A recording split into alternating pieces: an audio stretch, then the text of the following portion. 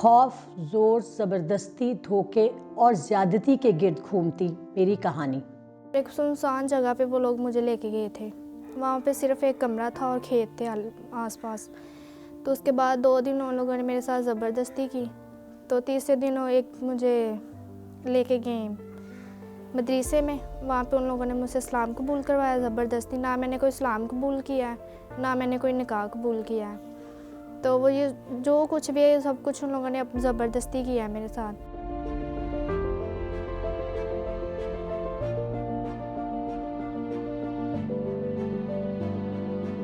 मैं 2 रोज़ तक उनकी कैद में रही।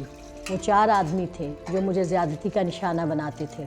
फिर उनमें से एक अगवाकार तलहा हैदर से मेरा ज़बरदस्ती निकाह कर दिया गया। तो उन लोगों ने मुझे ये बोला कि अगर मैंने जज साहब के आगे भी ये बयान नहीं दिया कि मैं अपनी मर्ज़ी से आई हूँ, तो वो लोग मेरा घर भी जला देंगे, मेरे बहन भाइयों को भी मार देंगे। उसी डर की वजह से मैंने जज के आगे भी बयान दिए। तो उसके बाद उन लोगों ने ज़बरदस्ती मेरे अंगूठे लगवाए निकाहनामे पे भी। नाजायज़ और जायज़ रिश्ते की कशमकश में लड़ता मेरा वजूद बेबसी की तस्वीर बन चुका था। झूठे निकाह के बाद भी मुझे चारों अगवाकारों की जानिब से तकरीबन 1.5 माह तक रेप किया जाता रहा। वो लोग मुझे आगे किसी और गिरोह को भेजना चाहते थे, मगर एक दिन किस्मत ने मुझे इस जहन्नम से भागने का रास्ता दिखा दिया। मैंने ना उन्हें फ़ोन पे बात करते सुना था कि वो मुझे कहीं और भेज देंगे। तो एक दिन तलहा हैदर का मोबाइल उसके कपड़ों में रह गया था। तो मैंने उसके कपड़ों में से मोबाइल निकाला, अपने छोटे भाई को कॉल की। फिर उसके बाद मेरा भाई मुझे लेने के लिए गया तो उसने मुझे कॉल की कि मैं रोशन वाले में आ गया हूँ। तो उसके बाद मैंने दीवार छलांगी तो मैं अपने भाई के साथ अपने घर वापस आई। मेरी रिहाई के बाद से मैं अपने घर वालों के साथ अपने आबाई घर को छोड़कर एक नामालूम मुकाम पर ज़िंदगी बसर कर रही हूँ। मैंने इन चारों दरिंदों के ख़िलाफ़ पर्चा दर्ज करने के लिए पुलिस और अदालतों, जिनमें हाई कोर्ट भी शामिल थी, दरख्वास्तें दायर की, मगर मेरी हर दरख्वास्त ये कहकर रद्द कर दी जाती कि लड़की ने मर्ज़ी से निकाह किया है। मैं सबसे पूछना चाहती हूँ कि जहाँ दीदा होने के बावजूद आपको मेरी बेबसी दिखाई और मेरे बयान सुनाई क्यों नहीं देते? 2 महीने हो गए मुझे इंसाफ के लिए दर दर रुलते हुए, लेकिन मुझे कहीं से भी इंसाफ नहीं मिला।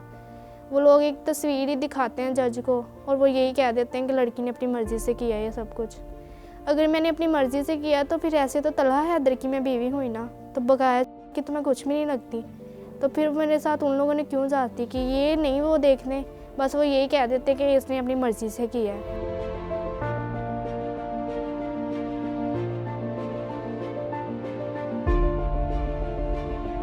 मैरिज जो है वो एक सिविल कॉन्ट्रैक्ट है जिसमें प्रपोज़ल होता है, एक्सेप्टेंस होती है। तो अगर एक्सेप्टेंस जो है वो फ्री विल के साथ नहीं है, अंडर कोर्जन है या कोई उसको डरा के ली गई है, तो वो एक वैलिड मैरिज नहीं है।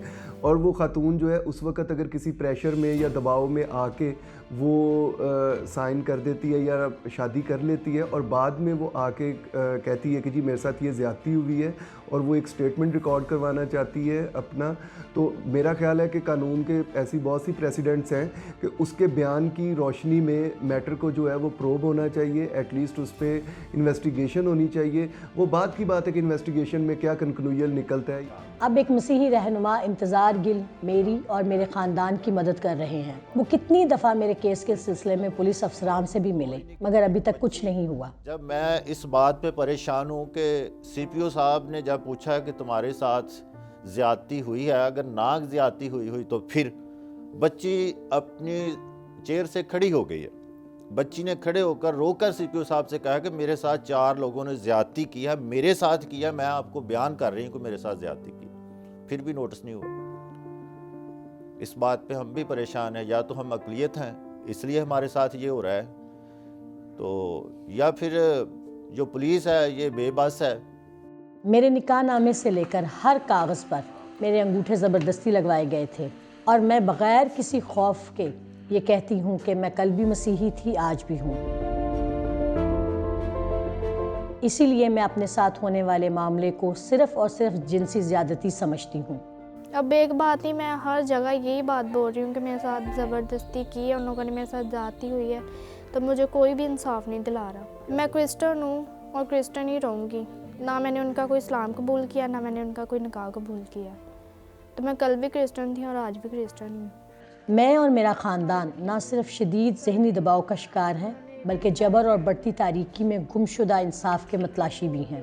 अगर हम एक आज़ाद रियासत में बराबर के शहरी हैं, तो फिर मेरे साथ जिनसी ज़्यादती के मुल्ज़िम कानून की गिरफ्त से आज़ाद क्यों?